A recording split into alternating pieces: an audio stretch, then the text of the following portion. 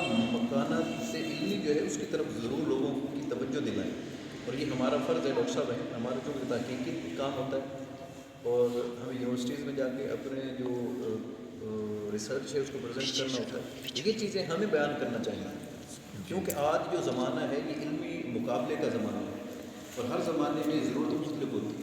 جیسے انبیاء علیہ السلام تشریف لے آئے تو ہر زمانے میں ان کو ضرورت کے مطابق معجزات دیے گئے۔ جیسے سیدنا ابراہیم علیہ السلام آئے تو اس وقت لوگ جو تھے وہ عقل کی بنیاد پر کام کر رہے تھے، تو حضرت سیدنا ابراہیم علیہ السلام کو اس کے مطابق معجزات عطا کیے۔ پھر شرک کا دورہ تھا تو اس کے مطابق انہیں معجزات، پھر نمرود کی طاقت تھی تو اس کے مطابق ان کو معجزات تھی۔ اس طرح موسیٰ علیہ السلام کا آپ زمانہ دیکھیں تو معجزات جو تھے وہ عام تھے۔ اس طرح عیسیٰ علیہ السلام ہے تو ان کے زمانے میں طب جو تھی اس کا زمانہ تھا، اس حوالے سے معجزات عطا کیے گئے۔ یہ اور نبی مکرم صلی اللہ علیہ وسلم کے زمانے میں جو زبان داری تھی، جو علم تھا اس کا طوطی بولتا تھا، اور قریش جو تھے وہ اپنے علم پر بڑے نازاں تھے، تو حضور کو ایسا علم دیا گیا کہ صرف 3 حرف کا بھی ان کو معنی نہیں آتا، ان کو صرف یہ کہا گیا کہ چلیں آپ اتنے بڑے ہو گئے، آپ اتنے زبان دان ہو گئے تو الف لام میم کا معنی بتائیں۔ الف یہ حرف انہی کے تھے، انہی کے الفابیٹس تھے، فرمایا یہ بتائیں الف لام میم، ان 3 علیحدہ حروف کا معنی بتا دیں تو فرماتے ہیں اللہ و رسول عالم، اس کا معنی اللہ کے رسول جانتے ہیں، ہمیں معلوم نہیں ہے، ہمیں معلوم نہیں ہے۔ تو یہ حال ہے، تو ہر زمانے میں آج کے زمانے میں کیا رہے ہیں، اور حضور سے شیخ عبدالقادر جیلانی محبوب سبحانی جس زمانے میں آپ کا ورود ہوتا ہے، ولادت باسعادت ہوتی ہے، اس زمانے میں بھی آپ جیسی صورت حال ہے۔ ایک طرف تو جو صوفی کے بید میں ایام لوگ چھپے بیٹھے، تو حضور سیدنا شیخ عبدالقادر جیلانی کو اللہ تعالیٰ نے اس کام کے بھی چنا کہ ایک تو ان کا رد کیا جائے، دوسرا فلسفہ جو تھا وہ اتنا سبجیکٹ تک بول رہا تھا کہ اس کا بھی تدارک کرنا تھا، اور اسلامی جو نقطہ نظر ہے اس کو پیش کرنا تھا۔ تو اس وجہ سے اللہ تعالیٰ نے حضور سیدنا شیخ عبدالقادر جیلانی محبوب سبحانی کو پسند فرمایا، اور پھر ان کو یہ 2 جو سمندر ہیں وہ عطا فرمائے، ایک شریعت کا سمندر اور ایک طریقت کا سمندر۔ ہمارے فرماتے ہیں حضور سیدنا شیخ عبدالقادر جیلانی محبوب سبحانی کو ہے کہ جن کے ایک ہاتھ کی شریعت کا سمندر ٹھاٹھے مارتا ہے اور دوسرے ہاتھ میں طریقت کا سمندر ٹھاٹھے مارتا ہے، اور جب یہ 2 سمندر ملتے ہیں تو پھر کرامات کا بھی حال بھی ہوتا ہے، پھر مقامات اور مراتب بھی آپ کو ملتے ہیں۔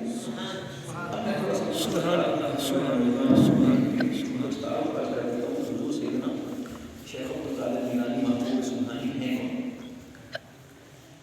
آپ نجیب الطرفین سید ہیں۔ نجیب الطرفین کہتے ہیں جن کی والدہ بھی سیدہ ہوں اور جن کے والد بھی سید ہوں، سبحان اللہ، اور 12-13 پشتوں کے بعد ان کا جو سلسلہ ہے ماں کی طرف سے بھی اور والد کی طرف سے بھی نبی مکرم صلی اللہ علیہ وسلم تک پہنچتا ہے۔ تو آپ کے والد جو ہیں حضرت امام حسن کے اولاد سے، اور آپ کی جو والدہ ہیں ام الخیر رضی اللہ عنہ، یہ حضرت امام حسین کے اولاد میں سے، اس طرح سے ان کو نجیب الطرفین کہتے ہیں۔ ایسے کم سید آپ کو ملیں گے جو دونوں طرف سے سید آئے ہیں، ماں کی طرف سے اور باپ کی طرف سے، اور ان کے والد مقرر بڑے نیک اور سارے انسان کے اوپر بعد میں گفتگو کرتا ہوں، ان کا دار بتا دوں۔ حضور سیدنا شیخ عبدالقادر جیلانی میں آپ کا نام جو تھا وہ عبدالقادر تھا، آپ کی جو بنیت تھی وہ ابو محمد تھی، اور آپ کا جو لقب ہے جس کے نام سے وہ زیادہ مشہور ہوئے اور آپ اسی نام سے جانتے ہیں، حضرت سیدنا شیخ عبدالقادر محبوب سبحانی رضی اللہ عنہ، تو ان کو غوث الورا بھی کہتے ہیں، اور کئی القابات جو شیوخ نے اور علماء نے قطب ربانی کو کہا جاتا ہے، ان کو محبوب سبحانی بھی کہتے ہیں، اور کئی القابات سے نوازا، جو جس طرف سے لوگوں نے دیکھا انہوں نے اس طرف سے اس کو وہ مقام جو تھا وہ بیان کرا۔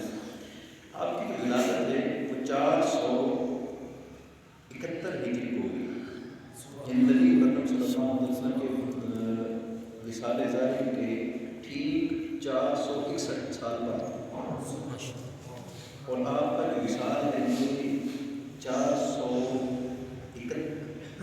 561 ہجری، 471 میں آپ کی ولادت اور 1969 میں آپ کا وصال ہے، اور اس طرح سے آپ کی عمر ہے اسلامی مہینوں کے اعتبار سے 99 سال بنتی ہے، 1 سال کم، کیونکہ 1 رمضان کو آپ پیدا ہوئے ہیں اور 11 ربیع ثانی کو آپ کا وصال ہے، تو ان کا پیدائش ہے وہ رمضان مبارک میں ہوئی، اور ادھر دوسرے مہینے میں تیسرا کون سا بنتا ہے ربیع ثانی، تو اس میں جا کر ان کا وصال ہوتا ہے۔ اس طرح یہ تقریباً اسلامی سال کے اعتبار سے 99 سال تقریباً کم بیش بنتی ہے۔ اب حضور سیدنا شیخ عبدالقادر جیلانی محبوب سبحانی کو یہ مقام اور مرتبہ کیسے ملا؟ پہلی بات تو ذہن رکھتے ہیں کہ اس میں والدین کی تربیت کا عمل دخل پہلا ہے، اور پہلی جو ان کی ٹیچر تھی وہ والدہ والدہ ہیں، آپ کے والد مقرر ہیں، پہلے انہوں نے تربیت کی، اور اس کے لیے والدین کا متقی ہونا ضروری ہے، والدین کا متقی ہونا ضروری ہے۔ ہم یہ تو بیان کر دیتے ہیں کہ حضرت موسیٰ علیہ السلام کے والد مقرر تھے، جنگی دوست جو جہاد کو پسند کرتے تھے، اس وجہ ان کو جنگی دوست کہتے ہیں، ہم یہ تو بیان کر دیتے ہیں کہ انہوں نے ایک سیب کھایا اور کئی سال وہاں پر اس کے باغ میں مزدوری کی اور سیب کو چھانے میں عمر لگا دی، اور پھر ان کی شادی حضرت ام الخیر سے ہو گئی، اور پھر حضور سیدنا شیخ عبدالقادر جیلانی جو ہیں ان کی ولادت باسعادت ہوئی۔ لیکن یہ نہیں بتاتے کہ جو بندہ ایک سیب کھا کر اس کو بخشوانے کے لیے، اس کو معاف کروانے کے لیے اتنا ٹائم لگا دیتا ہے، تو وہ متقی کتنا ہوگا۔ اور جب تقوی کی معراج یہ ہو، اور ماں جنہوں نے کبھی غیر کی آواز نہ سنی ہو، غیر کو دیکھا نہ ہو، غیر سے کلام نہ کیا ہو، غیر یا خلاف شرع کام کی طرف چل کر نہ گئی ہو، ہاتھ سے خلاف شرع کام نہ کیا ہو، ان کا مقام یہ ہے۔ اور پھر جب تقوی کی معراج یہ ہو، اور ادھر بھی تقوی کی معراج یہ ہو، تو جب ان کی شادی ہوگی تو دونوں حلال پر پلنے والے ہیں، اور جب حلال پر پلنے والے ماں باپ ہوں گے تو اولاد پھر یہ معراج پاتی ہے۔ اس بات میں حضرت کائنات صلی اللہ تعالیٰ علیہ وسلم فرماتے ہیں کہ جو بندہ رزق حرام کا ایک لقمہ کھاتا ہے اس کی دعا قبول نہیں ہوتی۔ اور اسی طرح ایک حدیث پاک کا مفہوم ہے کہ آقا کریم صلی اللہ علیہ وسلم کہ ایک بندہ تھا جنگل میں رو رہا تھا، اللہ تعالیٰ سے دعا مانگ رہا تھا، جبکہ اس کا کھانا حرام تھا، اس کا پینا حرام تھا، اس کا لباس حرام کا تھا، حتیٰ کہ اس کی پرورش جو ہو رہی تھی وہ حرام پر ہو رہی تھی، تو اللہ اس کی دعا کیوں قبول فرماتا؟ یعنی حضور نے سوال فرماتے ہیں کہ اللہ اس کی دعا کیوں تر قبول فرماتا کہ جب اس کا کھانا پینا اٹھنا بیٹھنا چلنا تمام جو تھا وہ خلاف شرع تھا۔ آپ سے بھی التماس ہے کہ اگر ہم یہ چاہتے ہیں کہ ہمارے ماں باپ ہماری تربیت اچھی کریں، تو ہم پہلے تو ہم خود ابتداً ہم کیا کریں کہ ہم اپنے رزق کو دیکھیں کہ جو اس کا سورس ہے، جو سورس آف انکم ہے وہ ٹھیک ہے، اور پھر اس حلال رزق سے اپنی اولاد کو پالیں، تو پھر نتائج وہی ہوں گے جو ہم چاہتے ہیں۔ میں مثال آپ کو دے دیتا ہوں، مثلا ایک درخت ہو، اس کو بیج لگا دیں اور اس کا پودا جب اگا ہے تو اس کو تیزاب ڈالنا شروع کر دیں، تیزاب ڈالنا، جس کو پیٹرول ڈالنا شروع کر دو، اس کو ڈیزل ڈالنا شروع کر دو، کچھ اور ڈالنا شروع کر دو، اور چند سال کے بعد یار پودے کے اوپر آم نہیں لگ رہے، تو میں جا کر آپ لوگوں سے مشورہ کروں یا آپ لوگ مشورہ دینا، مالی کو جا کر مالی کے پاس جاؤں اور مالی سے پوچھے حضور میں نے آم کا پودا لگایا ہے، اس کو پھل نہیں لگ رہا، آم نہیں آ رہا اس کے اوپر، تو وہ کہے مجھے دکھائیں۔ جب وہ دیکھنے کے لیے آئے تو وہ کہے اس کو کیا ڈال رہے ہیں؟ میں کہوں کہ اس کو تیزاب روزانہ ڈالتا ہوں، بڑا نہیں ہے، اس کو میں پیٹرول ڈالتا ہوں 100 روپے کا لیٹر آتا ہے، ڈیزل ڈالتا ہوں 100 سے زیادہ کا لیٹر، تو نہیں بھائی آپ جو چیز ڈال رہے ہیں اس کی خوراک نہیں ہے، جب وہ غلط چیز ڈالیں گے تو نتیجہ بھی غلط آئے گا، یہ پودا پھل کیا لے گا، یہ تو خود بھی پرورش نہیں پائے گا، یہ تو خود مر جائے گا، مرجھا جائے گا۔ اب اگر ذرا ہم اولاد کی طرف جائیں، اولاد کی غذا کیا ہے، اس کو کیا چاہیے، تو اگر ہم اس کو وہی چیز دیں گے تو نتائج وہی آئیں گے، ان پر پھل بھی وہی آئے گا، ان پہ پتے بھی وہی ہیں، ان پہ پھول بھی وہی ہیں، اور اگر ہم ان کو وہ خوراک نہیں دیں گے جو ان کی ضرورت ہے، جو اللہ تعالیٰ مزین فرمائیں گے، تو آپ سے یہ التماس ہے کہ رزق کو پاک کریں۔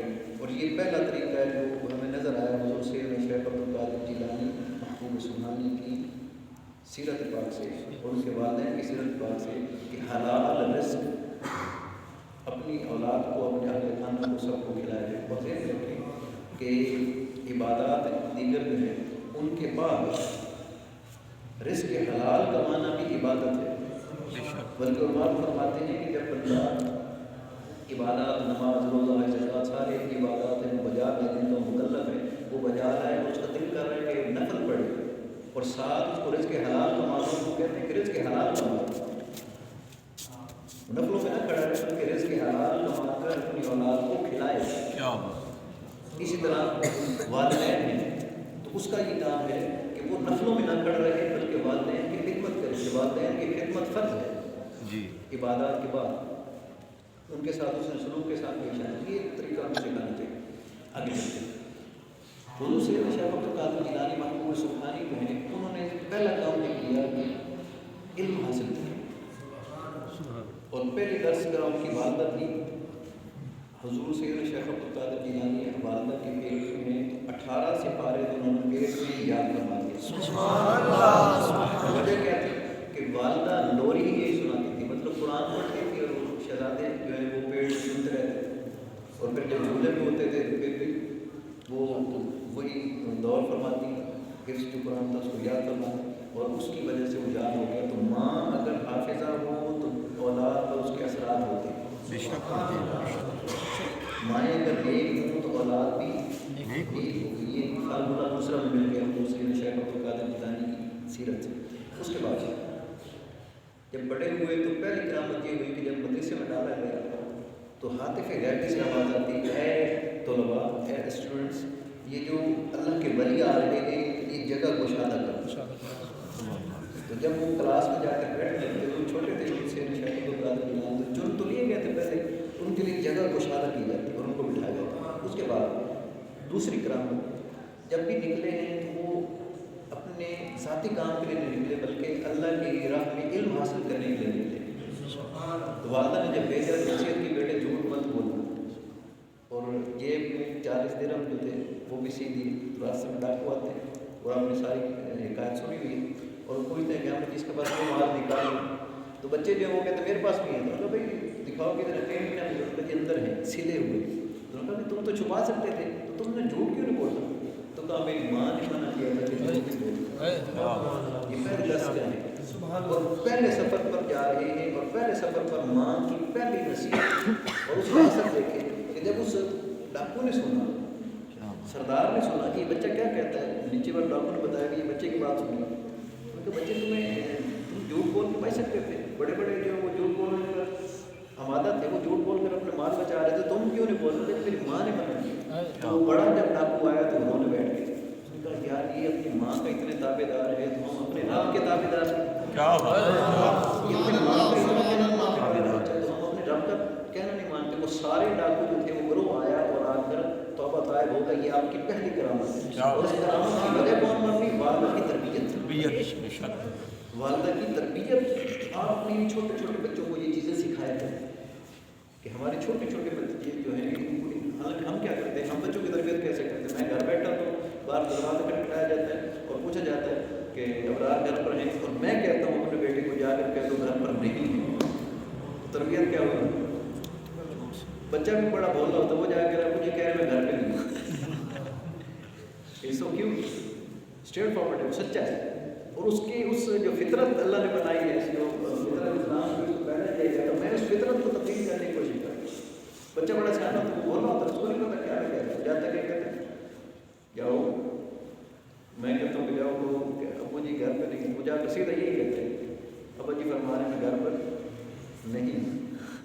سمجھنے والا سمجھ جاتا ہے کہ والد بچے کی تربیت کیسے کر رہے ہیں، ہم نے ایسی تربیت نہیں کرنی۔ اس کے بعد حضور سید شیخ عبد القادر جیلانی کے جو مکانات ہیں، آپ نے یا پیروں کے آستانوں سے یہ چیزیں جو آج کے آستان ہیں، میرے جیسے پیروں کے آستان ہیں، ان پہ یہ چیزیں نہیں ملیں گی۔ اب چند ایک آستانے ہیں جو علم کے فروغ کے لیے کام کرنے، خانقاہ ہیں، مدارس بنا کر چلا رہے ہیں۔ آپ نے 30 سال علم حاصل کیا اور 40 سال بیٹھ کر حضور سیدنا شیخ عبد القادر جیلانی نے علم پڑھایا ہے۔ میں یونیورسٹی میں جاتا ہوں کانسرٹس میں، لوگ کہتے ہیں شاہ جی تانوں کے لوڑ نوکری، شاہ جی تانوں نوکری، یعنی اس کو تان سمجھا جاتا ہے، حالانکہ یہ انبیاء کا پیشہ ہے۔ علم سکھانا اور سیکھنا جو ہے دو میں سے ایک ہو جاؤ، یا سیکھنے والے بن جاؤ یا سکھانے والے بن جاؤ۔ تو علم دینا جو ہے اور علم سکھانا جو ہے یہ تو انبیاء کی سنت ہے، جو علم ہم نے وہاں سے ملا ہے ہم نے اس کو فروغ کے لیے کوشش کرنی، اور ہمیں تانا دیا جاتا ہے کہ شاہ صاحب آپ کو کیا ضرورت پڑ گئی، شاہ صاحب مسجد پہ آ جائے تو وہ شاہ صاحب جمعہ پڑھا لیتے، کمال ہو گئی تھی.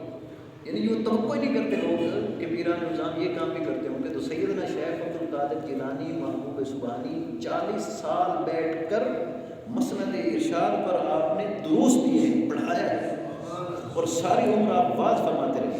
ہر ہفتے 2 واز ہوتے تھے، اور جو خطاب ہوتا تھا وہ آپ کا خطاب صرف تقریر نہیں ہوتی تھی جیسے ہم کر کے چلے جاتے ہیں. آپ کا خطاب ایک کتاب ہوتا تھا جی. اور آپ کا بڑا خوبصورت ہے، یعنی طریق جو تھا، اور دیگر عالمہ جو آپ کے زیر سایہ رہے ان کا بھی یہی طریق تھا کہ وہ اپنی بات سے لوگوں کو متاثر نہیں کرتے. جو حقیقی عالمہ ہے وہ اپنی بات سے لوگوں کو متاثر نہیں کرتے، وہ اپنی ذات سے متاثر کرتے، اپنے کردار سے متاثر کرتے. اور اس کا ایک یہ پچھلے جمعے کی جھلک دیکھ لیں، پچھلے ہفتے کی حضرت علامہ خادم حسین رضوی صاحب، انہوں نے بات سے اتنی نہیں کی جتنا انہوں نے اپنی ذات سے جنازے سے کر دی کہ 1.5 کروڑ لوگ جو تھے الجزیرہ کے تعداد 60 لاکھ لوگوں کا ہے، اور 1.5 کروڑ تک کی تعداد آئی ہے. تو 1.5 کروڑ اس بندے کا جنازہ پڑھ رہے ہیں، تو ذات نے بتا دیا، کردار نے بتا دیا کہ اصل تو یہ تھا بندہ جس کو آپ نے سمجھا ہی نہیں. اب لوگ سمجھنا شروع کر دیں گے. اور ہمارا یہ قسم آپوسی ہے کہ جب بندے چلے جاتے ہیں پھر ہم قبر کو جا کے ٹکرے مارتے ہیں، یہ بندہ بڑا کام ہے. علامہ اقبال کے ساتھ ہی ہو، قائد صاحب کے ساتھ ہی ہو، ایسا ہی ہو، دیگر اولیاء ہے اور علماء کے ساتھ ایسا. اور جب جو اب علماء موجود ہیں ان کے ساتھ بھی یہی ہو. یہ قسم و کرسی ہے ہماری، اور تکلیف ہوتی ہے ہمیں کہ جب اس طرح سے ہمارا علماء کے ساتھ یہ سلوک ہوتا ہے. تو انہوں نے 40 سال بیٹھ کر درس و تدریس کی. اور درس و تدریس کا عالم کیا تھا؟ میں یونیورسٹی میں پڑھاتا ہوں، میں یہ روزانہ 1 سبجیکٹ سے زیادہ نہیں پڑھا سکتا، اور اس کے لیے مجھے 2 ہفتے لیکچر تیار کرنا پڑتا ہے، اور پھر جا کر ہم 1.5 گھنٹہ. لیکن حضور سیدنا شیخ عبد القادر جیلانی کا علم لدنی جو تھا، اور انہوں نے جو سیکھا تھا اپنے اساتذہ، اس کا فیض یہ تھا کہ آپ ایک دن میں 13 علوم بیک وقت پڑھاتے تھے.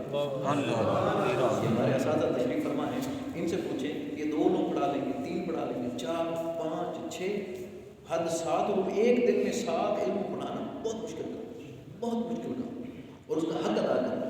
اور آگے پڑھنے والے عام لوگ نہ ہوں، جد علماء بیٹھے، تو پھر ان کے سامنے جب بولنا ہے تو پھر عام بندہ ان کے سامنے، جیسے میں بڑا محتاط ہوں، ڈر کے بول رہا ہوں کہ سارے علماء بیٹھے مجھ سے زیادہ پڑھے لکھے بیٹھے. یہ تو ایسے ہی ہم آپس میں سمجھ رہے ہیں گفتگو کر رہے ہیں، تو کتاب سنانے نہیں ہے، اس گفتگو کرنے ہیں تھوڑی سی. حضور سید شیخ عبد القادر جیلانی کے سامنے جید علماء بیٹھے ہوتے اور ان کو آپ پڑھاتے تھے. اور پھر آپ کا جو کتاب لکھنے کے لیے بیٹھتے تھے، آگے علماء ہوتے تھے اور وہ سینکڑوں کی تعداد میں ہوتے تھے، اور سننے والوں کی تعداد 70,000 سے 1 لاکھ تک آئی ہوتی ہے. ابھی آپ لوگ کتنے بیٹھے ہیں؟ میری آواز کم تھی تو آواز بڑھانا پڑی ادھر سے. یہ میرا حال ہے. اور حضور سیدنا شیخ عبد القادر جیلانی محبوب سبحانی قطب ربانی، آپ کا یہ فیض تھا کہ آپ ادھر سے بیٹھ کر بولتے تھے، آخری بندے کو بھی ویسے ہی الفاظ اور آواز سنائی دیتی تھی جیسے پہلے بندے کو سنائی دیتی تھی. یہ ان کا مقام اور مرتبہ تھا، اور اتنا گفتگو میں فیض تھا. اور جب کلام فرماتے تھے اتنی گہرائی ہوتی تھی کہ جو سمجھنے والے تھے ان پر وجد طاری ہو جاتا، اور ایک خطاب سننے کے بعد کئی جنازے اٹھتے تھے کہ لوگ اس کتاب نہ لکھ سکتے. جو علم وہ بیان کرتے وہ لوگوں کے وہم و گمان میں نہ ہوتا کہ یہ اتنا بھی مقام رکھیں گے، اور اتنا بھی علم کسی کے پاس ہوتا ہے تو وہ بے ہوش ہو جاتے ہیں، گربان پھاڑ دیتے، کوئی کچھ کر دیتے، کوئی کچھ کر دیتے. ایک بڑی خوبصورت حکایت ہے ان کے متعلق کہ ایک بہت بڑے محدث ہیں علامہ ابن جوزی، یہ بڑے اس دور کے بہت بڑے عالم تھے، بہت بڑے عالم تھے، اور اتنے بڑے عالم تھے کہ یہ کسی کے پاس چل کر نہیں جاتے تھے. بعض روایت میں کہ ان کے شاگردوں نے، بعض میں کہ ان کے دوست تھے، ایک میں ہے کہ ان کے بیٹے بھی اس میں شامل تھے. تو ہو سکتا ہے کہ ساروں نے مل کر، بیٹے نے بھی، شاگردوں نے بھی اور دوست نے بھی مل کر کہا کہ چلو ہمارے پیر کی تقریر سنیں. انہوں نے میں پیروں کا قائل نہیں، جو حالات پیروں نے کر رکھے ہیں. اس وقت یہ زمانہ تھا جو آج چل رہا ہے، ہر دکان پہ اشتہار آ رہے ہیں کہ پیر صاحب بیٹھے ہیں اور محبوب آپ کے قدموں میں آ جائے گا. انہوں نے سارا ستیہ ناش کر دیا تصوف کا بھی. صرف ایسے وہ فلاں چیز دے رہے ہیں، فلاں کوئی جادو ٹونا کر کے فلاں، یہ ہمارا کام نہیں ہے. دعا دینا نبیوں کی سنت ہے، اور آیات جو نورانیہ ہیں، آیات قرآنیہ جو ہیں ان کے ذریعے سے عمل کرنا یہ حضور کی سنت ہے۔ اور اس سے زائد اگر کوئی چیز ایسی کرتا ہے جو من گڑت ہے اور جو فضولیات ہیں تو پھر ہم اس کا کبھی دفاع نہیں کریں گے، اور نہ ہی ہمارا علماء نے کبھی کیا ہے۔ اس نے کہا کہ میں ان پیروں کا قائل نہیں ہوں، کیونکہ اس نے وہی پیر دیکھے تھے اپنے جوزے نے، تو اس نے وہی پیر دیکھے تو اس نے کہا میں ان کا قائل ہوں، بڑی منتیں کر کے لے گئے چلو ہمارے پیر کا ایک بات تو سن لو۔ خیر کئی مہینے محنت کرنے کے بعد وہ مشکل لے گئے ان کے پاس، جا کر بیٹھ گئے۔ جیسے جا کر بیٹھے تو حضور سید شیخ عبد القادر جیلانی، آپ کا انداز یہ تھا، آپ ادھر بیٹھتے تو ان کے کوئی بھی مرید، کوئی شاگرد کوئی قرآن کی آیت تلاوت کرتے تو آپ اسی پر واز فرماتے، اسی پر واز فرماتے تھے، کتاب فرماتے۔ ایسے ہی مرید نے وہ تلاوت کی اور آپ نے کہا کہ چلیں آج یہی آیا گفتگو کر دو۔ انہوں نے گفتگو کا آغاز کیا، تو جیسے ہی اس آیت کی پہلی تفسیر بیان کی تو ابن جوزی بیٹھے تھے، ان کے جو دوست بیٹھے تھے، جو شاگرد بیٹھے تھے، وہ حضور سنائیں ہمارے پیر صاحب کی یہ تفسیر آپ کو کیسی لگی؟ ان کا یار یہ تو پڑھی ہوئی تھی، آپ نے ٹائم ہی ضائع کیا۔ ان کو حضور چلے آگے تھوڑا سا ٹائم دیں سنیں۔ انہوں نے دوسری تفسیر بیان کی، فرمایا حضور آپ بتائیں۔ ان کا یہ مجھے آتی ہے۔ تیسری تفسیر، چوتھی تفسیر، 11 تفسیر حضور سید شیخ عبد القادر جیلانی نے بیان کی، اور فرمایا یار 11 مجھے آتی تھی، تم نے میرا ٹائم ہی ویسٹ کیا۔ تو میں کہا تھا کہ مجھے پیروں کے محفل میں نہ لے چلوں گا، جو حضور تھوڑا سا ٹائم دے دیں، 2-4 باتیں اور سن لے کر نہ مزہ آئے تو چلے جائیے۔ کہتے ہیں جب انہوں نے اگلی بار کی تفسیر بیان کی تو انہوں نے پوچھا حضور آپ سنائیں؟ کہا خدا کی قسم یہ تو مجھے نہیں آتی۔ 13ویں فرمایا نہیں آتی، 14ویں 15ویں 16ویں 40 تفسیریں بیان کی، فرمایا سنائیں؟ فرمایا خدا کی قسم مجھے تو 11 ہی آتی، 29 جو ہے یہ مجھے نہیں آتی، یہ باقی 29 ہے یہ مجھے نہیں آتی۔ تو آگے سے کوئی مرید کھڑا ہو کے آگے بیٹھے تھے، تو حضور اگر ہمیں یہ چیزیں بھول گئے تو کیا ہوگا، ہمیں پہلے یہ یاد کر لینے دیں، اس کے بعد آپ سے ان کی تفسیر بیان کروائیں گے۔ تو آپ نے فرمایا ٹھیک ہے۔ تم رکے نہیں، پھر بھی 40 سے آگے بیان کرنا چاہ رہے تھے، لیکن مریدوں نے کہا اور شاگردوں نے اور سامعین نے انہوں نے کہا چلو یہ کافی ہے ہمارے لیے اور آپ اسی پر اکتفا فرما دیں۔ تو آپ نے فرمایا اچھا یہ ٹھیک ہے، الان نرجو من القال الى الحال، اچھا پھر ٹھیک ہے، اب ہم کال سے حال کی طرف چلتے ہیں۔ ابھی تو ہم صرف زبانی باتیں کر رہے تھے، اب دل والی تفسیریں بھی سنو، دل والی تفسیریں بھی سنو۔ تمہیں حضوری والی تفسیریں بیان کرتے ہیں، کہتے ہیں بڑا لا الہ الا اللہ محمد رسول اللہ تفسیر شروع کی، بس کلمہ پڑھنا تھا، ایک تفسیر بیان کی دل والی، جس کا تعلق اہل دل کے ساتھ ہے، باطن کے ساتھ ہے، جو کتابوں میں نہیں ملتی، جو اہل نظر سے تفسیر ملتی ہے۔ جیسے وہ تفسیر بیان کی، کہتے ہیں ابن الجوزی اور کئی لوگ جو تھے انہوں نے گریبان پھاڑ دی اور رقص بسمل شروع ہو گئے، تڑپنے لگے۔ جب واز ختم ہوا تو اٹھے، دست بوسی کی اور کہا حضور آپ بڑے ہی پہنچے ہوئے، آپ بڑے ہی پہنچے ہوئے۔ ایک بہت بڑے نام کے امام تھے ابو محمد اندلسی، یہ ایک دن، یہ تھوڑی سی آواز کم کرو تھوڑی سی، ایک دن حضور سید شیخ عبد القادر جیلانی کے درس میں آئے اور سبق سننے کے لیے جو بھی فرما رہے تھے، ان کا آج میں دیکھ گا کہ یہ نبی گفتگو کتنی فرماتے ہیں، یہ اشعار بطور دلیل کتنے پیش کرتے ہیں، پھر یہ اور گرامر سے کتنی مثالیں دیتے ہیں، اور دیگر جو گفتگو ہے اس میں دیکھوں گا، پھر یہ بھی لکھوں گا کہ آپ کے پاس کتنے عیسائی مسلمان ہونے کے لیے آتے ہیں، کتنے یہودی مسلمان ہونے کے لیے آتے ہیں، کتنے لوگ توبہ طائب ہونے کے لیے آتے ہیں، یہ سارا لکھوں گا۔ دیکھ لے کے ایسا کرتا ہوں، دھاگا لے جاتا ہوں، اور جو جو وہ چیز ہوتی جائے گی وہ گانٹھی لگانے لگتے ہیں۔ تو جیسے انہوں نے بیان کرنا شروع کیا تو اس نے ایک گانٹھ لگائی ادھر بیٹھی، دوسری طریقے دوسری گانٹھ لگائی، تیسری طریقے تیسری طریقے۔ تو حضرت شیخ عبد القادر جیلانی جو وہ دلوں کے حالات سے بھی واقف رہتے تھے اللہ کی عطا سے، تو انہوں نے دیکھا کہ یہ تو گرہ لگا رہا ہے، تو فرمایا فلاں اے ابو محمد میں لوگوں کے دلوں کے گرہیں کھول رہا ہوں اور تم گرہیں لگا رہے ہو۔ اٹھے اور آ کر قدموں گرے، اس نے کہا حضور آپ کو تو اللہ نے اتنا ملکہ عطا فرما دیا ہے کہ میرے دل میں بات تھی اور آپ نے وہاں بیٹھ کر ارشاد فرمایا، یہ اللہ کی عطا سے ہے، اللہ کی عطا سے ہے کہ وہ یہ بات جان گئے اور فوراً جا کر گر گیا اور جا کر کہنے لگے حضور میں معذرت کرتا ہوں، میں معافی چاہتا ہوں، اور میں باقی یہ سوچ کر آتا کہ آپ کتنے دلائل دیتے ہیں، کس طرح سے دلائل دیتے ہیں۔ تو حضور سید شیخ عبد القادر جیلانی محبوب سبحانی کا یہ مقام ہے، اور لوگوں کو ضرور بتایا کریں کہ اس طرح سے وہ علماء کی تربیت فرماتے تھے کہ جید علماء حضور کے پاس آتے، اور صرف یہ نہیں تھا، ذہن میں رکھیں کہ صرف یہ نہیں تھا کہ وہ علماء کو بیان کرتے ہیں، صرف یہ نہیں تھا کہ وہ پڑھا دیں، بلکہ ان کی ٹیم تھی وہ دیگر کاموں بھی آگے تھی۔ حضرت صلاح الدین ایوبی کا آپ نے نام سنا ہوگا، جنہوں نے بیت المقدس جو تھا اس کو فتح کیا تھا، تو ان کی 60% جو فوج تھی وہ پتہ کون تھی؟ وہ حضور سیدنا شیخ عبد القادر جیلانی کے مریدوں کی تھی۔ وہ صرف یہ نہیں تھا کہ وہ علماء پیدا کر کے چھوڑ دیتے تھے، بلکہ وہ عالم بھی ہوتے تھے، وہ سیاستدان بھی ہوتے تھے، اگر تلوار چلانا پڑ جائے تو وہ تلوار بھی چلاتے تھے۔ تو حضرت صلاح الدین ایوبی کی آپ حیات پڑھیں تو وہ حضور سیدنا شیخ عبد القادر جیلانی محبوب سبحانی سے بہت زیادہ متاثر تھے، اور اتنے متاثر تھے کہ ان کے مریدوں کو اپنے ساتھ ملایا، اور پھر ان کے نظریات پر عمل کرتے ہوئے آپ نے جا کر بیت المقدس کو فتح کیا۔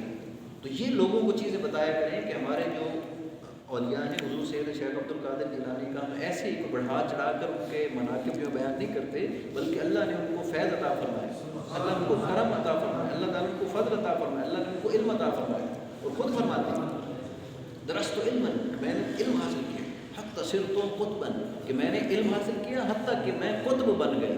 تو انہوں نے بھی یہی فرمایا ہے کہ علم حاصل کرو گے تو پھر قطب بنو گے، علم کے بغیر کوئی ولی نہیں بن سکتا۔ یہ لکھوا دیا حضور سیدنا شیخ عبد القادر جیلانی کا بھی یہی فتویٰ ہے، دیگر علماء کا بھی یہی فتویٰ ہے کہ جب تک ولی علم حاصل نہیں کرے گا تب تک وہ ولی نہیں بن سکتا۔ علم کے دو ذریعے ہو سکتے ہیں، ایک ظاہری علم میں آپ استاد حضرات ہیں، اساتذہ ہیں، مدارس ہیں، یہاں سے لیں گے، اور ایک علم کا ذریعہ علم لدنی ہے، ایک یہ طریقے سے اور ایک علم لدنی کے طریقے سے، کہ دونوں سورسز سے جس کو بھی علم ملے گا، علم کے بغیر وہ بندہ ولی نہیں بن سکتا۔ قرآن میں یہی کہا کہ حضرت موسیٰ علیہ السلام کو جب حضرت سیدنا خضر علیہ السلام کی طرف بھیجا گیا تو کیا کہا کہ ہم نے ان کو اپنی طرف سے علم دیا، ہم نے اپنی طرف سے ان کو علم عطا فرمایا۔ تو جب انہوں نے اس علم کا فیض دیکھا تو حضرت موسیٰ علیہ السلام بھی حیران ہو گئے کہ اللہ عطا فرمانے پہ آئے تو ایسا عطا فرماتا ہے۔ وہ نشانی کیا بیان کی گئی، وہ بھی آپ نے سنی ہوگی علماء سے، نشانی یہ بیان کی گئی، پوچھا نا مالک وہ جو خضر ہیں، وہ جو آپ کے ولی ہیں، آپ کے پیارے ہیں، جن کو آپ نے علم دیا ہے، ان کی نشانی کیا ہوگی؟ فرمایا جہاں پر آپ کی بھنی ہوئی، تلی ہوئی، کٹی ہوئی مچھلی زندہ ہو جائے وہ ولی کا آستانہ ہو۔ تو ہمیں تو یہ بتانا چاہیے کہ جہاں مچھلیاں زندہ ہو جائیں وہ ولی کا آستانہ ہو۔ اور آج بھی ولی کا آستانہ وہی ہوگا جہاں مردہ دل زندہ ہوگا۔ ولی کی ایک نشانی جو حدیث پاک میں آئی ہے وہ بھی ذہن میں رکھیں۔ ایک نشانی یہ بھی آئی، حضور سے پوچھا کہ حضور ولی اللہ کی نشانی کیا ہوگی؟ حضور نے ساتھ ارشاد فرمایا ہمیں سمجھانے کے لیے، فرمایا جس کو دیکھ کر خدا یاد آ جائے وہ ولی۔ سبحان اللہ سبحان اللہ۔ حضور نے سادہ سی نشانی بیان کی، جس کو دیکھ کر خدا یاد ہے۔ چہرہ دیکھا تو کہا واہ مالک تو نے کتنا خوبصورت بندہ بنا دیا، محبوب بنا دیا، کتنا حسین انسان بنا دیا، بس اس کو دیکھے اور دیکھتا رہ جائے، اس کو دیکھ کر ماشاءاللہ کہہ دے۔ اور میں کل بھی تقریر کہیں کر رہا تھا، یہ حضور یہ آج تھی صحیح بات، آج تھی کہ کل تھی کہیں نہیں، تو وہاں میں نے یہی بیان کی کہ میں نے کہا آپ کے چٹ میں کوئی جید اللہ والے آ جائیں، عالم دین آ جائیں، کوئی جید پیر صاحب آ جائیں جن کے اوپر اللہ کا کرم ہو، اور وہ گلی سے گزر جائیں تو بندے سگریٹ پی رہے ہو نا تو سگریٹ چھپا لیتے ہیں، وہ روڈ کے پیچھے پھینک دیتے ہیں، تو تاش کھیل رہے ہیں تو تاش چھپا دیتے ہیں۔ میں نے کہا یہ تو صرف ان کے چہرے کی برکت ہے، تو جب ان کی صحبت میں بیٹھو گے تو پھر ان کا فیض ہوگا، صادقین کے درجے پر جب جاؤ گے، ان کے ساتھ بیٹھو گے تو پھر ان کا فیض کیسے ملے گا؟ تو آپ سے یہ التماس ہے کہ جید علماء ذات پات کو ایک طرف رکھ لیں، جید عالم دین، جید جو اللہ کے بزرگ اور برتر بنتے ہیں، نیک صالح متقی، ان کی صحبت میں بیٹھا کریں۔ ہم لوگ بیٹھے ہیں گھنٹہ ڈیڑھ ہو گیا ہوگا آپ کو۔ اس محفل کی برکت یہ ہے کہ ابھی تک اس میں کسی نے چغلی نہیں کی، کسی نے گالی نہیں دی، کسی نے سگریٹ نہیں پیا، کسی نے کوئی ڈنڈی نہیں ماری، کوئی تجارت میں گڑبڑ نہیں کی۔ یہاں جتنی دیر بیٹھے ہیں ہم، تو یہ تو اللہ کے ولی کے ذکر کی محفل ہے، سبحان اللہ، تو خود اس کی محفل میں جا کر بیٹھ جائیں گے، اور یہ ویسے بھی اللہ اور اس کے رسول کے ذکر کی محفل۔ تو جب ذکر کی محفل کی یہ برکت ہے کہ جب تک اس میں بیٹھے رہیں گے اللہ کا فضل ہوتا رہتا ہے اور بندہ گناہوں سے بچا رہتا ہے، اور دلوں کو جلا بھی ملتی رہتی ہے، دلوں کو جلا بھی ملتی رہتی ہے، دل زندہ ہوتے رہتے ہیں۔ اور اگلے ہفتے پھر تقریر سنیں گے کسی عالم دین اور کی تو پھر جلا ملے گی، پھر ہفتہ گزر جائے گا، اگلے ہفتے پھر سنیں گے تو پھر جلا، اور دوبارہ تازہ دم ہو کر ہم معاشرے میں جائیں گے پھر جا کے دوبارہ کام کریں گے. اس پہ حدیث پاک ہے. یہ ڈاکٹر صاحب بیٹھے ہیں، علماء بیٹھے ہیں، باب الایمان بخاری شریف پڑھے نا. تو ایک دن صحابی رسول تھے، وہ بھاگے آ رہے تھے، خزیمہ تھے رضی اللہ عنہ، کہ خزیمہ منافق ہو گیا، خزیمہ منافق ہو گیا. تو صدیق اکبر نے فرمایا کیا ہو گیا؟ فرمایا حضور میں جب حضور کی محفل میں بیٹھتا ہوں، جب بات سنتا ہوں تو ایمان ایسے بڑھ جاتا ہے کہ اس کے بعد آج میں بھولوں گا بھی نہیں کوئی چیز. لیکن جیسے حضور کی محفل کو 2-3 دن گزرتے ہیں سنے ہوئے تو آہستہ آہستہ ایمان کا درجہ نیچے چلا جاتا ہے. تو مجھے تو یہ لگتا ہے کہ میں کہیں منافق نہ ہو گئی. یہ ابتدائی جان تھے اسلام کی. تو میں تو حضور کے پاس جا رہا ہوں یہ مسئلہ لے کے. تو صدیق اکبر رضی اللہ عنہ فرماتے چلو میں بھی چل کے پوچھ لیتا ہوں. کہ عموماً لوگوں کے ساتھ ایسا ہو جاتا ہے کہ وہ حضور کی محفل سے جب 10 دن 20 دن دور رہتے ہیں تو وہ درجہ جو جوش جذبے کا وہ نہیں رہتا، تھوڑے سے ٹھنڈے پڑ جاتے ہیں. تو پتہ تو کریں. تو حضور کے پاس گیا، سرکار مسکرا پڑے. سرکار نے فرمایا اگر تمہارا ایمان مستقل ہو جائے تو پھر تو تم انبیاء علیہ السلام کے درجے پر آ جاؤ. یہ تو مستقل ایمان جو ہے یہ تو انبیاء اور رسول کا ہوتا ہے کہ وہ اس میں کبھی اونچ نیچ نہیں ہوتی، وہ مستقل وہی رہتا ہے جہاں اللہ تعالیٰ نے ان کو عطا فرما دیا. تو فرمایا حضور پھر فرمایا تمہارا ایمان گھٹتا اور بڑھتا رہتا ہے. تو فرمایا حضور پھر اس کا طریقہ کیا؟ فرمایا بس اس طرح ہے کہ آپ روزانہ آئیں، بیٹھیں، ذکر کی محفل جو اٹینڈ کریں، ایمان کا درجہ پاک اوپر چڑھ جائے، اس کو نیچے نہیں آنے دیں. یہ ایسے ہی ہے جیسے آپ گاڑی میں پیٹرول ڈالتے ہیں تو وہ جب تک یہ اوپر رہتی ہے تو آپ خوش رہتے ہیں، جب نیچے آنا شروع ہو جاتا ہے پریشان ہونا شروع ہو جاتے ہیں. یہ اولیاء کی محفل میں، علماء کی محفل سے خطبہ جمعہ جو ہے ممبر پر سنتے ہیں نا، اسی لیے ہوتا ہے کہ بندہ ایک دفعہ نئے جذبے کے ساتھ جاتا ہے کہ یار اب میں عالم دین کی بات سن لی، اب میں حضور کی سنت پر بھی عمل کروں گا، اللہ کے احکام پر بھی عمل کروں گا، حضور سید شیخ عبد القادر جیلانی کے فرامین پر بھی عمل کروں گا. جیسے انہوں نے نیکی کر کے اللہ کو راضی کی اور آج تک ان کا نام چل رہا ہے، میں بھی کوشش کروں گا کہ میں بھی ان کی سنت پر عمل کروں اور اللہ تعالیٰ میرا نام بھی امر کر دے. کوشش تو کرنی چاہیے نا ان کی سنت. طریق کیا ہے ہمیں اور کیا محبت ہے؟ یہی محبت ہے. حضور سید شیخ عبد القادر جیلانی کیا بات؟ یہ تو مکانت علمی آپ کے سامنے عرض کر دی. اور حضور سید شیخ عبد القادر جیلانی پر معترض جو ہوتے ہیں لوگ، ان کو صرف ان کی کتابیں دیں گے، بنیت و طالبین دیں گے اور فتوح الغیب دیں گے، بلکہ اس کی شرح بھی آ گئی ہے. حضرت شاہ عبد اللہ محدث انہوں نے لکھی، وہ ان کو دیں. وہ چند دن پہلے مجھ سے ڈاکٹر صاحب کنگ ایڈورڈ میڈیکل کالج کے، تو انہوں نے مجھ سے ابھی پڑھ رہے ہیں، انہوں نے مجھے کہا کہ مجھے نا کوئی کتاب دیں جو میں پڑھوں اور میں مطلب نیک بن جاؤں. تو میں نے ان کو کتاب بھیج دی فتوح الغیب. وہ تصوف تھوڑا سے رکھتے ہیں. مجھے کہا اس کو پڑھنا کیسے؟ کہ پڑھنے کا میں طریقہ سکھا دیں. میں نے کہا جو میرے پیر صاحب نے بتایا تھا میں اسی طرح بتاتا ہوں آپ کو. تو میرے پیر صاحب نے تو مجھے جب یہ کتاب دی تھی فتوح الغیب تو انہوں نے کہا تھا کہ بیٹے جب آپ نے پڑھنا ہے تو جب ایک پہلا فقرہ پڑھنا ہے اس پر عمل کر لو تو پھر اگلے فقرے کو پڑھنا. اور جب تک اس پر عمل نہ کر سکو آگے نہ چلنا. کتاب چھوٹی سی ویسے بظاہر، لیکن اس میں اتنا خزانہ ہے کہ تین لائنوں کا ایک سبق ہے. ایک مزیدار آپ کو بات بتا دوں. ایک نہیں ہمارے علاقے میں ہیں، وہ دیوبندی ہیں، دوست ہیں، بزرگ ہیں، داڑھی کی. تو وہ میرے پاس آ گئے جی میں نے تصوف پڑھنا. میں نے کہا آ جائیں بسم اللہ. میں نے ان کو لگا دیا فتوح الغیب پہ. میں نے کہا یہ پہلا سبق ہے، ذرا اس کی تیاری کر کے آئے. تو کہتے تیاری کیا کرنی، 3 تو لائنیں میں نے کہا ان پہ عمل کر کے آئے. وہ 4-5 انہوں نے اسباق پڑھے اور اس کے بعد آ کر ہاتھ جوڑ دیا، کہا تمہارے ولی جو ہیں ڈڈ ہیں، ہم سے اس پر عمل نہیں ہوتا. تو میں نے کہا پھر آپ کیوں کہتے ہیں ایسا؟ میں نے کہا جو انہوں نے لکھا ہے اس پہ پہلے انہوں نے عمل کیا ہے.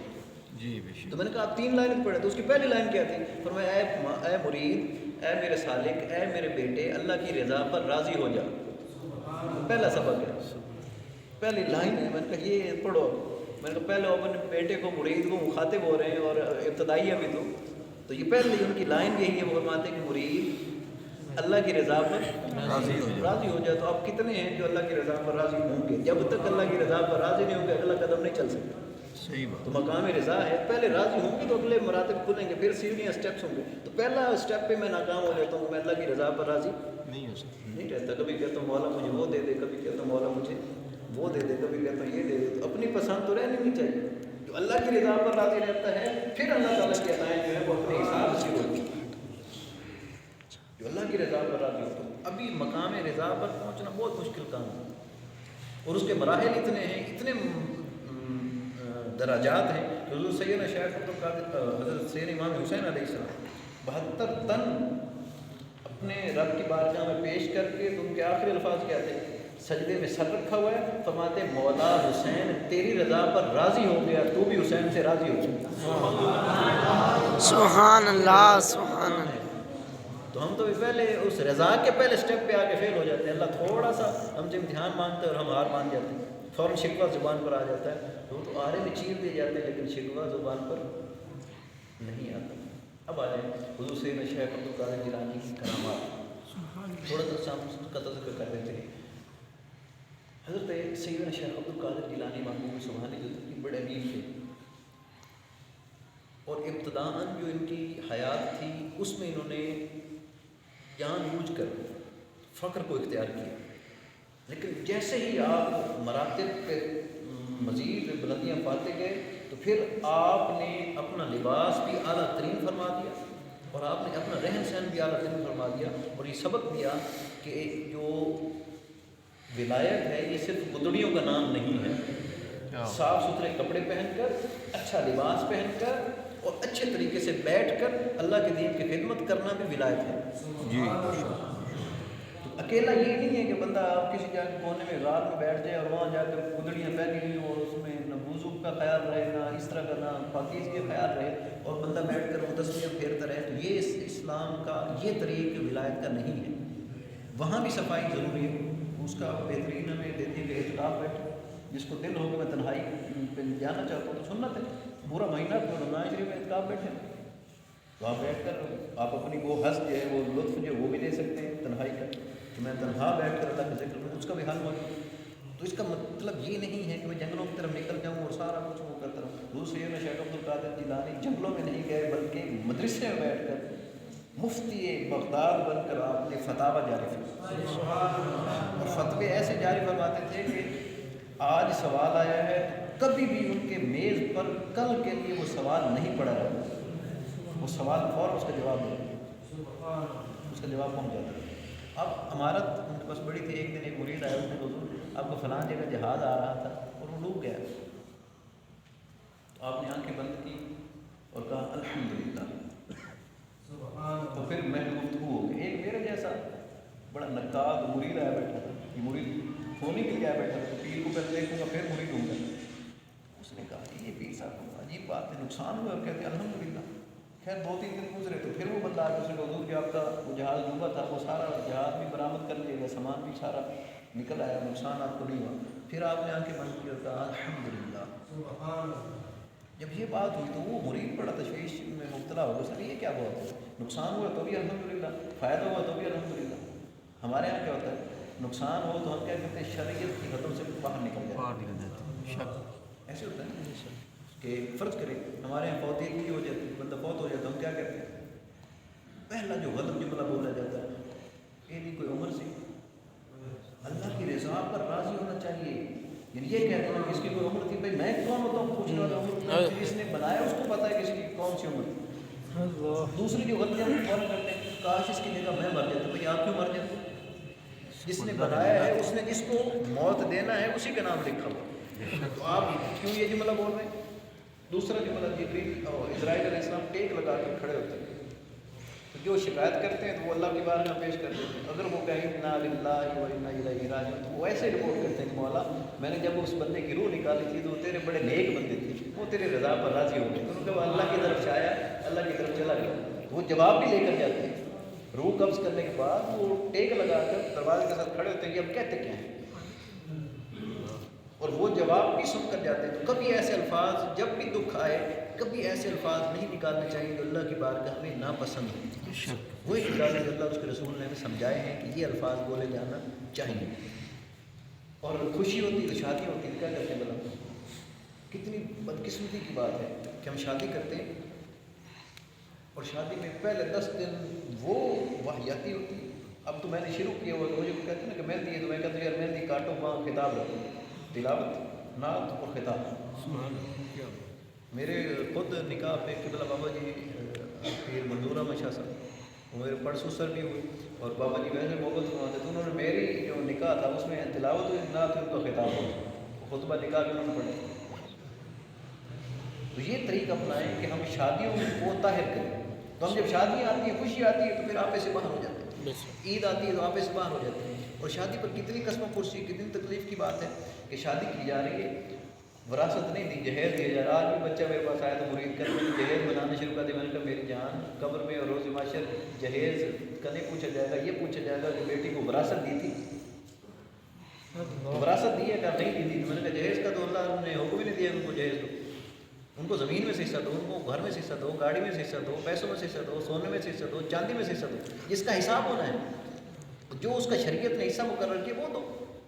اور پھر وہ ناچ ناچ کے پتہ نہیں کیا اور نہ پوچھیں جو شادیاں آپ کے سامنے ہوتی ہیں وہ کرنے کے بعد جیسے بیٹی کو رخصت کیا جا رہا تو کیا ہوتا ہے پھر قرآن سر پہ آتا ہے. کیا قرآن اس کے لیے رکھا ہوا صرف؟ اب جو قرآن کے سائے میں بیٹی جا رہی ہے تو پہلے 10 دن جو کیا وہ کیا کیا ہے؟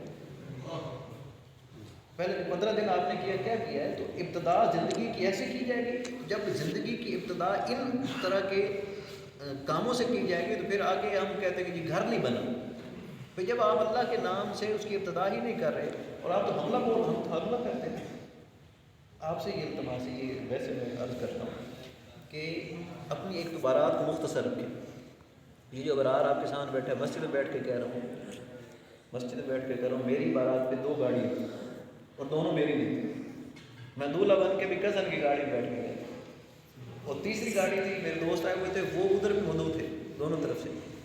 تو کل 12 لوگوں پہ مشتمل بارات گئی تھی، یعنی گاڑی میں 4 لوگ ہی کر لیں. اور میں یہ بھی سمجھ رہا تھا کہ یہ بھی زائد ہے. دیکھیں عورت بچی والوں کے ذمے ولیمہ نہیں ہے. آپ سے یہ التماس ہے کہ جب بھی آپ شادی کرنا چاہیں تو عورت والوں کو اطلاع دے دیں کہ جی آپ کے جگر کا جو ٹکڑا ہے نا وہ ہمیں اکیلا چاہیے. باقی اس کے لیے 4 پہیے ہمارے گھر پڑی ہے، ایک ہی بندی آئی ہے، اس کے لیے ایک کالی بھی مل جائے گی، ایک اس کے لیے ٹرے بھی مل جائے گا، ایک کپ بھی مل جائے گا. کوئی لمبا چوڑا اہتمام کرنے کی ضرورت نہیں. مسجد میں آپ بیٹھے وکیل ادھر سے ہیں تو ان کی طرف سے اچھی طرح سے نکاح کریں، مسجد میں نکاح کریں. اور اس نکاح میں جو چیز بانٹنی ہے وہ مرد کے ذمے ہے، عورت کے ذمے نہیں ہے. اب مرد بڑا چالاک ہے، وہ 4 چھوارے بانٹ کے نکل جاتا ہے اور عورت والوں کو کھانا پڑ جاتا ہے. کیوں بھائی وہاں بیٹھے نا سارے، وہ کیا کرتا ہے وہ کیب بھی لے کے جاتا ہے 10 روپے کا، وہ 10 روپے کی وہ تقسیم کر دیتا ہے اور اس سے زیادہ عورت والے بیچارے لڑکی والے خرچہ کرو. کیوں کریں وہ خرچہ؟ یہ مرد کے ذمے ہے وہ خرچہ اٹھانا سارا. اور پھر اگلے دن جائیں اور ولیمہ کریں دھوم دھام کے ساتھ، اچھے طریقے کے ساتھ، اچھا کھانا کھلائیں. حضور نے فرمایا کہ یہ ولیمہ نا یہ شکر طعام ہے. حضور کیوں؟ فرمایا اس میں جن لوگوں کو بلانا چاہیے ان کو بلایا نہیں جاتا اور جو نہیں آنا چاہتے ان کو بلایا جاتا ہے. ہم میں پیچھے بات کرتے ہیں اور غریب بار کاسا لے کر کھڑا ہوتا ہے. فرمایا یہ شکر طعام ہے، یا لوگ غریب جس کو کھلانا ہے اس کو کھلاتے نہیں ہیں اور جس نے نہیں کھانا جس کو ضرورت نہیں ہے اس کے پیچھے ملتے کرتے پھر حضور قبلہ میری شادی پہ 2 لمحے کے لیے آ جائے. حضور سید شیخ عبد القادر جیلانی نے مرید پوچھتا حضور یہ کیا بات ہوگی کہ آپ کو تکلیف پہنچی تو بھی آپ نے الحمدللہ کہا، جب خوشی ملی تب بھی آپ نے الحمدللہ کہا. فرمایا یار یہ راز ہے، اس کو راز رہنا دوں نہیں میں جو بتائیں یہ راز. آپ نے فرمایا اصل مسئلہ یہ ہے کہ جب مجھے خوشی ملی تکلیف ہوئی میں نے سوچا کہ کہیں میرے دل کا رابطہ میرے رب سے ٹوٹ تو نہیں گیا اس غم کی وجہ سے. ہم اتنا ملا ہے، تکلیف اتنی ہوئی ہے کہ کہیں میرا رابطہ میرے رب سے ٹوٹ تو نہیں گیا. تو میں نے دیکھا کہ اس تکلیف کے باوجود میرا رابطہ رب سے جڑا ہوا تھا. تو میں نے کہا الحمدللہ مال تو آنا جانا ہے، میرے رب سے میرا تعلق قائم رہا. ہم تو نماز میں کھڑے ہوتے ہیں دکان کا حساب کر رہے تھے. پھر کہا حضور خوشی جب ہوئی تو مجھے بڑی خوشی ہوئی. میں نے کہا کہیں خوشی میں رب کو نہیں بھول گئے. اللہ اللہ. تو مطلب غم میں بھی رب کو یاد رکھنا ہے اور خوشی میں بھی رب کو یاد رکھنا. حدود کے اندر غم بھی حدود کے اندر منانا ہے اور خوشی بھی حدود کے اندر منانا ہے. تھوڑا جب میں نے خوشی کا وہ مجدہ سنا، جو خوشخبری سنی تو میں نے کہا الحمدللہ خوشی تو آنی جانی ہے، میرے رب سے میرا تعلق قائم ہے. وہ بندہ پڑا اس نے حضور مجھے پھر مرید کر لیں، مجھے ایسے ہی پیر کی تلاش تھی. تو میں نے جو پہلی بات کی باتوں سے لوگوں کو متاثر نہیں کیا بلکہ اپنے کردار سے متاثر کیا. اگلی بات حضور سیدنا شیخ عبد القادر جیلانی کے پاس ایک خاتون آ گئی. انہوں نے کہا یہ بچہ ہے اس کو آپ نے نا ولی بنانا. میں نے کہا ٹھیک ہے بھائی دے دو، ہزاروں سینکڑوں پہلے پھر رہے ہیں یہ بن جائے گا. کیونکہ آپ کے مدرسے سے 3000 مفتی جو تھے جید عالم وہ سالانہ کہ اتنے وہ فارغ تحصیل ہوتے تھے.